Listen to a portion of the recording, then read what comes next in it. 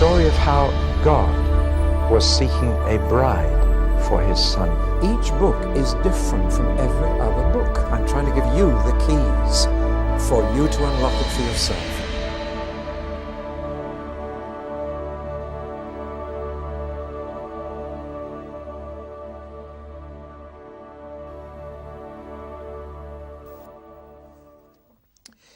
Well, we come to three minor prophets, the last prophets to speak for God to Israel: Haggai, Zechariah, and Malachi.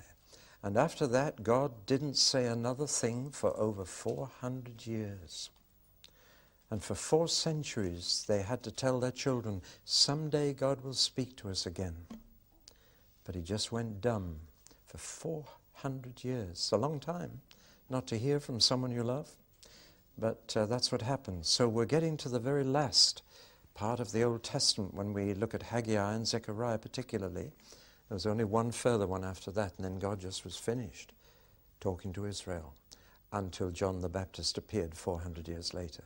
No wonder everybody went out to hear John. When you've waited 400 years to hear a prophecy, and you finally hear that God is speaking again, boy, it's no wonder the whole country went to listen. But they had some last words from Haggai particularly.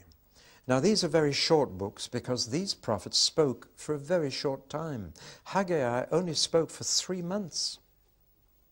Then he was finished. Zechariah was a bit longer. He was 2 years. And they actually overlapped. Zechariah started before Haggai finished. But they just said a little, but a very important little. Whereas Isaiah and Jeremiah had preached for 40 to 50 years. Now they just spoke a matter of months. They are what we call post-exilic prophets. They came after the exile. They were part of the coming home again. And that's the background to both Haggai and Zechariah. Before the exile, the prophets were full of warnings and disasters coming. But afterwards, it's quite different. They are full of encouragement, of comfort, trying to get the thing built up again. And so the message is quite different. Now, Haggai and Zechariah are among the very last, but they go together, and there are many similarities between them. First of all, they spoke at the same time. Both of them carefully dated their prophecies, which few of the other earlier prophets had ever done. But they actually date them to the day and the month and the year when they said things. So each prophecy of Haggai, and he gave 5, each has a date, an exact date. So we can see just how many days or weeks there lay between each of them. And same with Zechariah. They overlapped by just 1 month, and the year is 520 BC. They're back in the land, but it's a rather depressing picture. They both spoke in the same place, the slow rebuilt city of Jerusalem in Judah. And they both spoke to exactly the same situation. Now, I must give you a bit of history just to help you to see what was happening.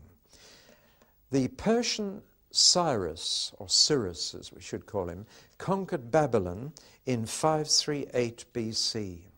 And because he was such a better dictator, more benevolent one, a humane man, he said all those who were taken from their country can go back, provided you build a temple in which you can pray to your God for me. So that he was not entirely disinterested in this, but nevertheless, it made it possible for Jews, among others, to return to their home. But only 50,000 did so. And the rest, having largely been born in exile, having established themselves, they weren't slaves in Babylon. They were allowed to trade. And Babylon was right on the main river there, and was a trade route. And the Jews are good at trading and making money. And they became quite wealthy, and they had businesses that depended on the trade route through Babylon. There was no trade route through Jerusalem. So I'm afraid many of them said, we're staying. This is what keeps Jews, or kept them in Germany and Poland up to World War II. This is what's keeping them in America. They're better off. And many Jews who came out of Russia recently didn't go to Israel, though. That's why they came out of Russia. They went straight off to New York because they're better off there. And there are Jews leaving Israel today and going to live in America. And you wonder how long they'll be there without trouble before God says, you've got to go back. Anyway, only 50,000 came. The rest stayed. There was a huge Jewish colony in Babylon from then on. And as I've told you already, it was from that colony that wise men saw the star that Balaam the prophet had predicted and came to Bethlehem to see the Messiah. Now those who did come back were led by two men. One was a prince, Zerubbabel. And that name means seed of Babylon. Babel, Babylon, same word. And Zeru means seed. So it's clear that he'd been born in exile. He'd never seen the promised land, but he was the only surviving member of the royal line of David. So he had to go back. And the man who accompanied him was a priest called Joshua, a descendant of Iddo. And Joshua reestablished the priesthood. Joshua is the same name as Jesus, Yeshua, same word. It means God saves, God our Savior. And so Joshua went back to reestablish the priesthood in the temple. Those who came back were primarily motivated by spiritual interests. They certainly weren't motivated by any commercial attraction. They were not going to be wealthy. It was going to be a hard struggle. They were going back to a land that hadn't been cultivated for 70 years. They were going back to a city in which there was not a wall standing. And they were going back into a place where the people who had survived there didn't want them. They were called Samaritans. They were half Jewish, but the few Jews who'd managed to stay in the Promised Land married non-Jews, and it became a kind of half-caste race. And they were regarded, both by the Jews and the locals, much as coloureds were regarded in South Africa. Hybrids. You don't fit either. And that's the beginning of the Jewish-Samaritan hatred of each other. Why Jesus told such an offensive story about a good Samaritan helping a Jew. That really got under their skin. So the Samaritans were living there and they didn't want the Jews to come back. And so it was not a very promising future.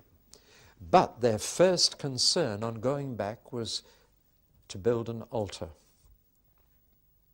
And their second concern was to build a temple around it, to reestablish themselves as God's people. That's why so many priests, it was actually 2 out of every 15 were priests who went back. Now, do you realize they were tracing the exact same route that Abraham had gone? Because Ur of the Chaldees, where Abraham had lived, is just down the river from Babylon. And they were going to have to repeat the whole story of Abraham again and leave their home and leave their relatives and leave their business and go out to a country they'd never seen, and they would take exactly the same route that Abraham took. And the first thing that Abraham did when he got to the Promised Land, he pitched his tent and raised an altar.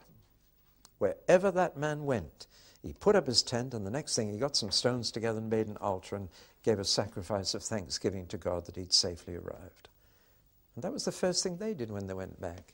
The very first step in Jerusalem was to gather a few of the stones and make an altar and thank God for getting them back. The next thing was to get the temple built, put a building. And because there were few of them and they had no resources, they decided to build a very much smaller temple. Just a little one. But at least it was a temple. And they laid the foundations, this little square building around the altar. Now, all this had involved great sacrifice. They'd left friends, relatives. They'd left brick-built homes for temporary accommodation and tents. They'd left prosperity for poverty. They'd left trading for agriculture. They must now learn to dig again.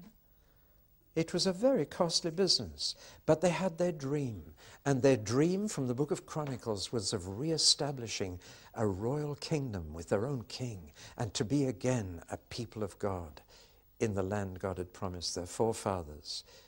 But the good old days did not come back. The dream faded.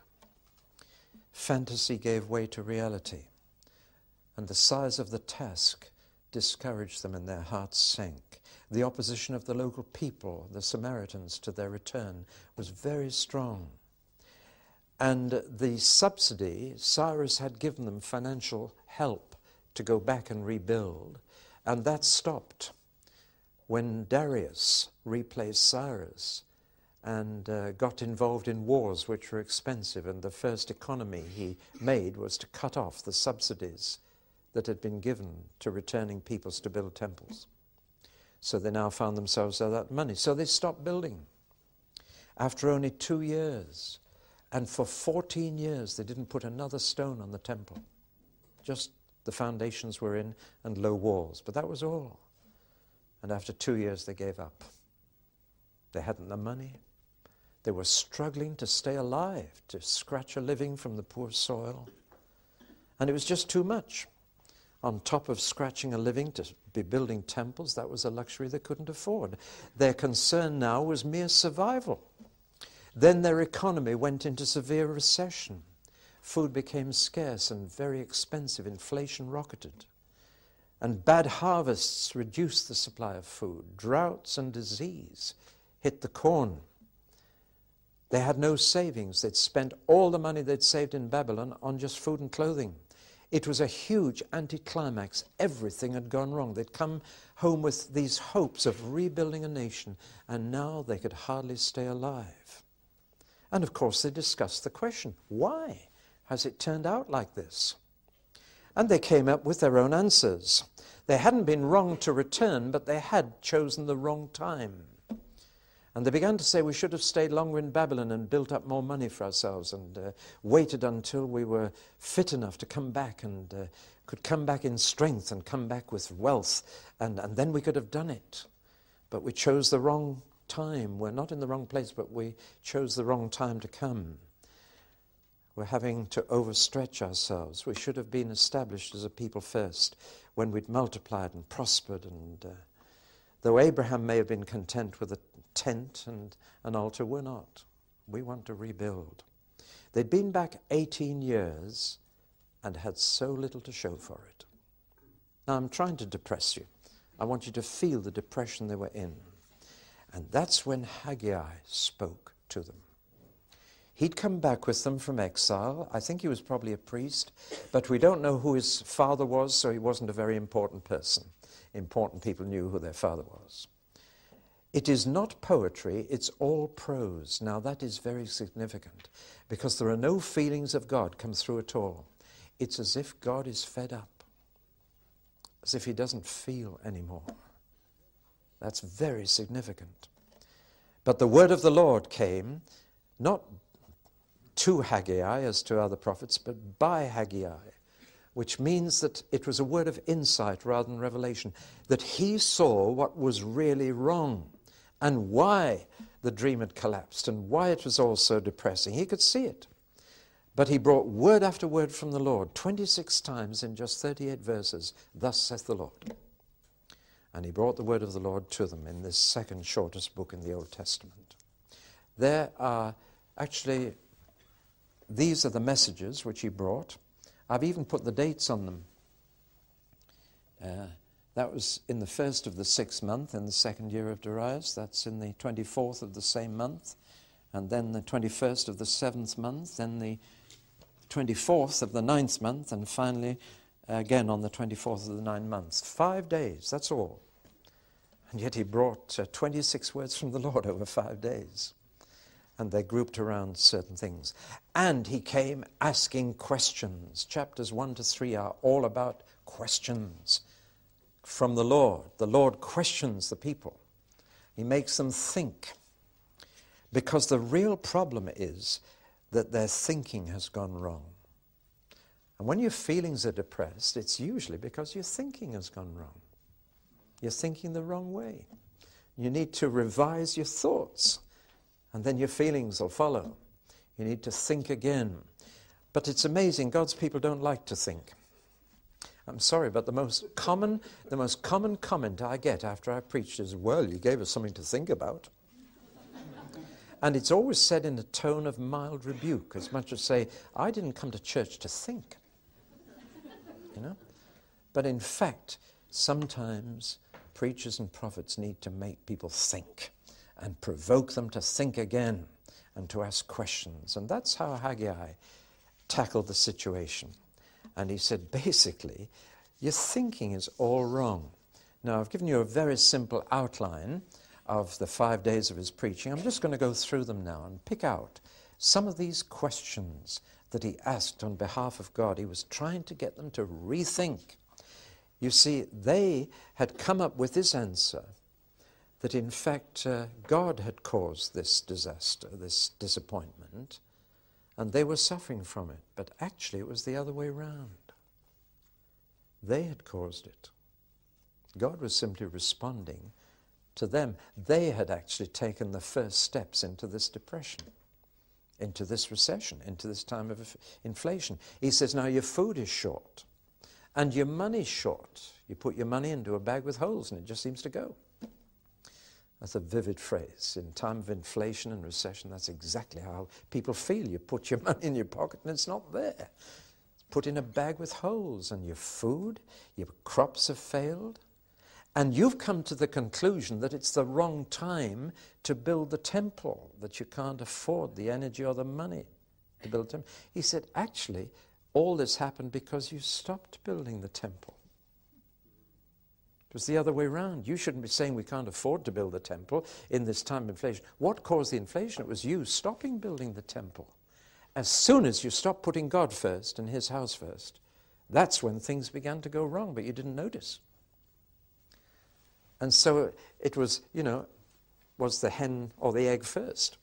Which was the cause, which was the effect? And they were thinking exactly the opposite way. And so he said, now give careful thought to your ways. Think about what you did. And it was you who stopped building the temple first. And then he really began to attack them, because he says, look at your houses. Wood paneling. Now you must realize that when they went back, wood was very scarce. The trees had all been chopped down by the Babylonians, and they had to import wood from places like Lebanon, where there were cedar trees. And so a person with a sealed house, that was something. A person with a paneled dining room, they're spending a lot on their own house. And he's saying each of you is living in an ideal home. He said, look at your houses and what you've spent on them, and look at God's house. Walls only up this high. You're more concerned about your own house than his house. That's what's caused the recession. That's why God isn't blessing your harvest. That's why inflation is running away with your money. You're not putting God first. It's a very simple message. He says, just compare your own home with God's home. And that'll tell you where your priorities have been. Well, that message had a real effect. They really responded positively. They said, come on, lads, let's build the temple. And he really was a successful prophet. Where the prophets before the exile were largely failures, the prophets afterwards seemed to have been listened to. They'd learned their lesson in the exile.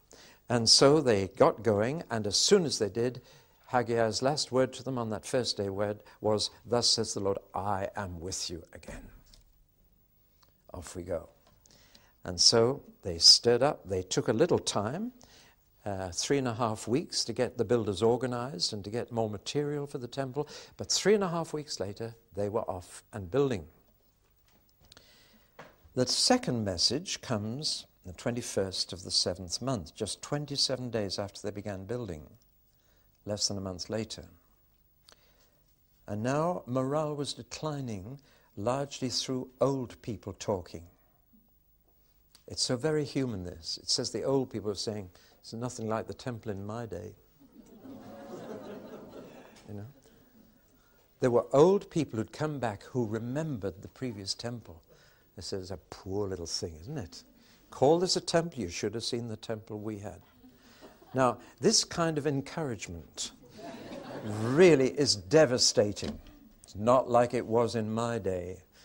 You look back through rose-colored spectacles anyway. You can't trust elderly people talking like that to be remembering correctly sometimes. But that's what they were doing. And it was terribly discouraging.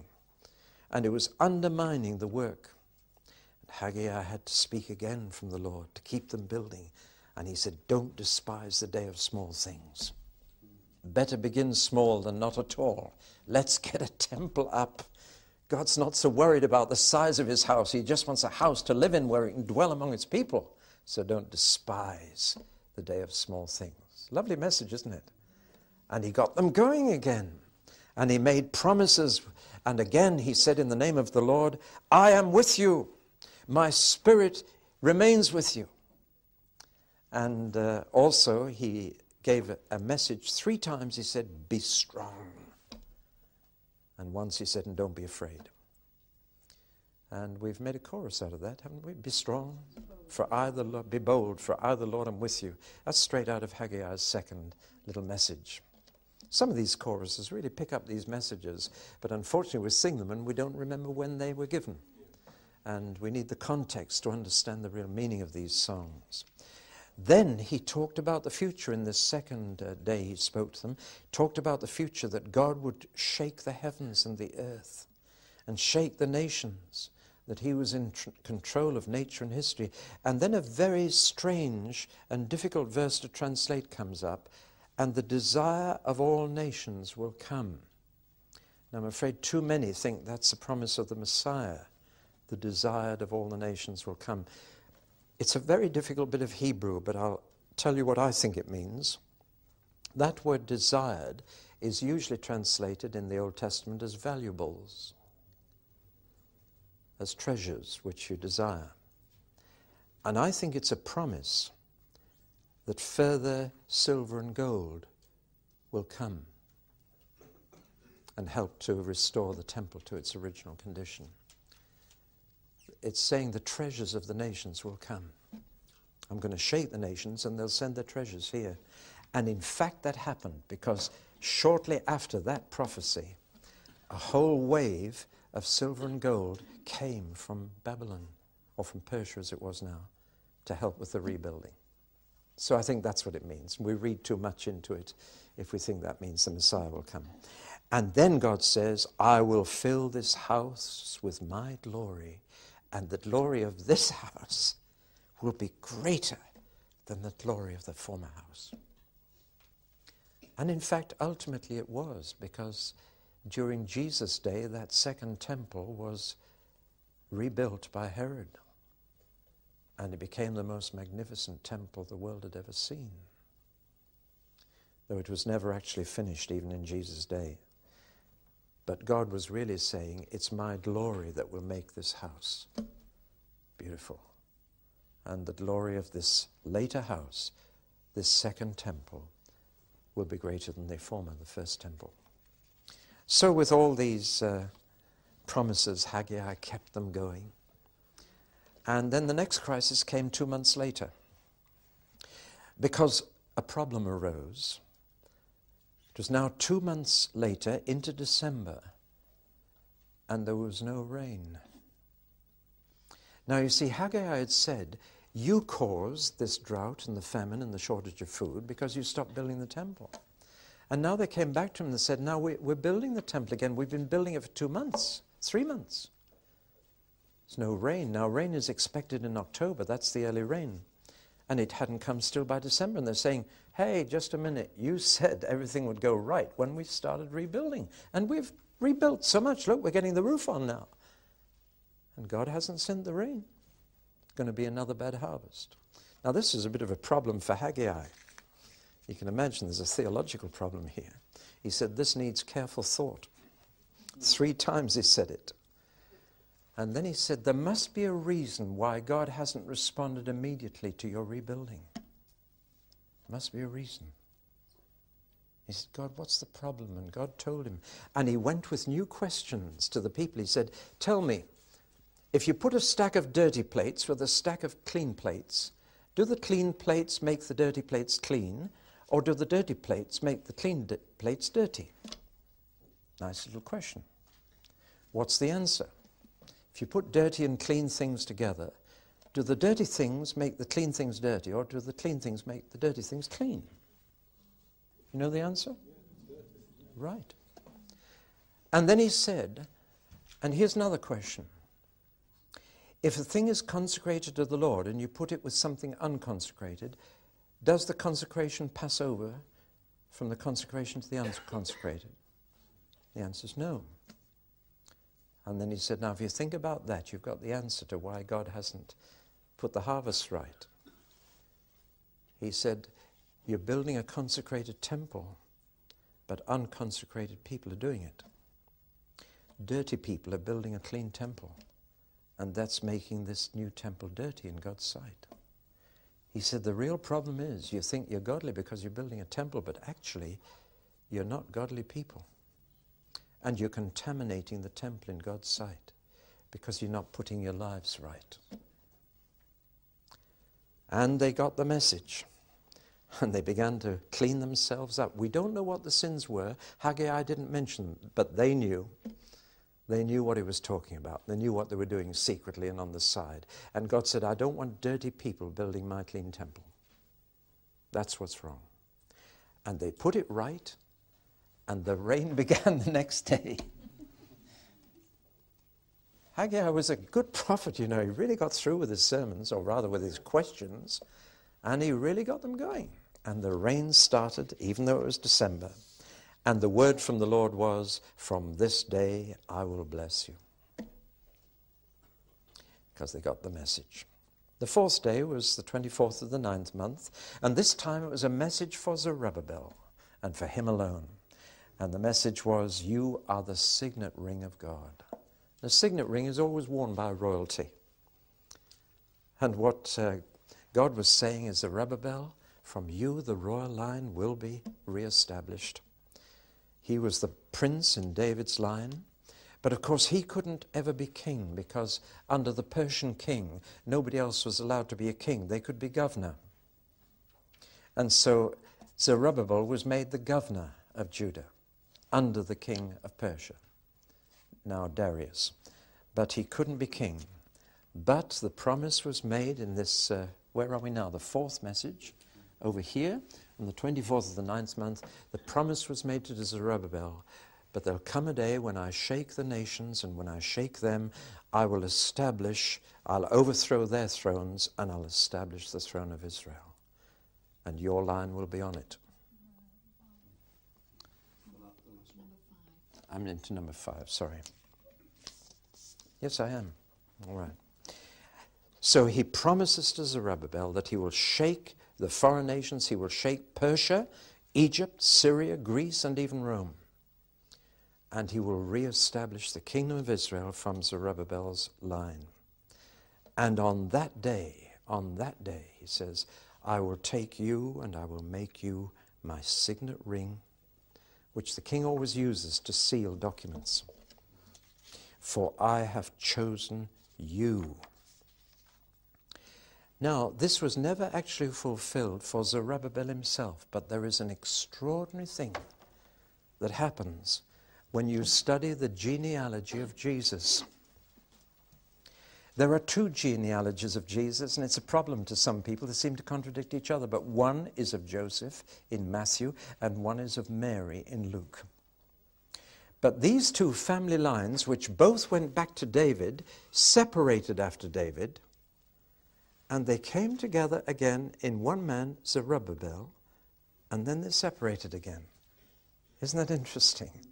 So that in fact, the name which appears in both Joseph's genealogy in Matthew 1 and in Mary's genealogy in Luke 3 contains this special name. Ancestor of Jesus on both his father's and his mother's side, as David was ancestor on both his father and mother's side. So Zerubbabel has a very, very important place in the history of our salvation. And God fulfilled his promise to that man by putting him on both sides of the genealogy of his son. I've told you already that Jesus traced his legal line back to David through his stepfather Joseph.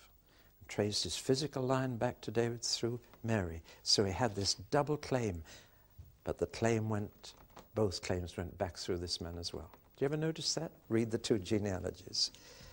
I think that's a lovely thought.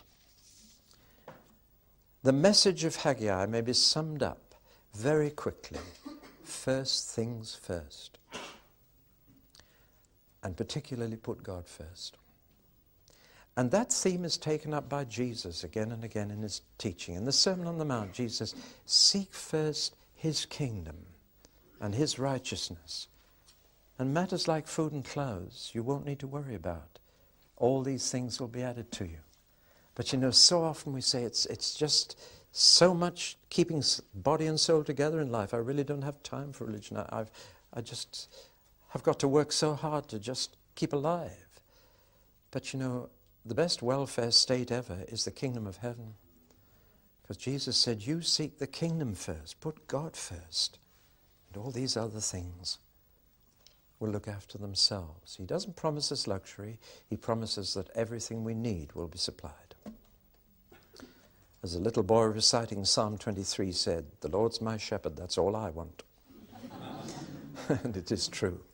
When it says the Lord is my shepherd, I shall not want, that means I shall not need. It doesn't mean I'll get everything I want. We're not promised that, but we are promised that if we put God first, He looks after the requirements of life, the necessities of life. That's a promise. But so often we tend to put making a living or keeping alive first, and God can have what's left. But that's not the way it works. And Haggai's message comes through to us very clearly. If you put your own house before the house of God, it won't work out. God must come first, and then the other things will be provided. There's a more important aspect too. God is concerned about not what we do for Him, but whether we're clean to do it, or whether we're contaminating even the good things we're doing for Him, because we're not keeping clean ourselves. That's why Jesus said in the Sermon on the Mount, when you bring an offering to the Lord, and there's a brother that you need to be reconciled to, you better go and put that right first before you bring the offering to the Lord. Once again, Haggai's message is coming through. Dirty people can make clean things dirty. Get things right. Put God first. Get things right. And then God can welcome what you do for Him and bless you and look after you. It's really quite a simple message, but it's a message that perhaps still needs to be made. It's not staying alive or making a living. It is living right and living for God. Thank you, Haggai, for reminding us of that. And praise God, the people listened. And they put it right. And they got on with rebuilding the temple of the Lord. But 1 month before Haggai finished, another message was needed. And this time another man came, Zechariah. And we'll look at him next time.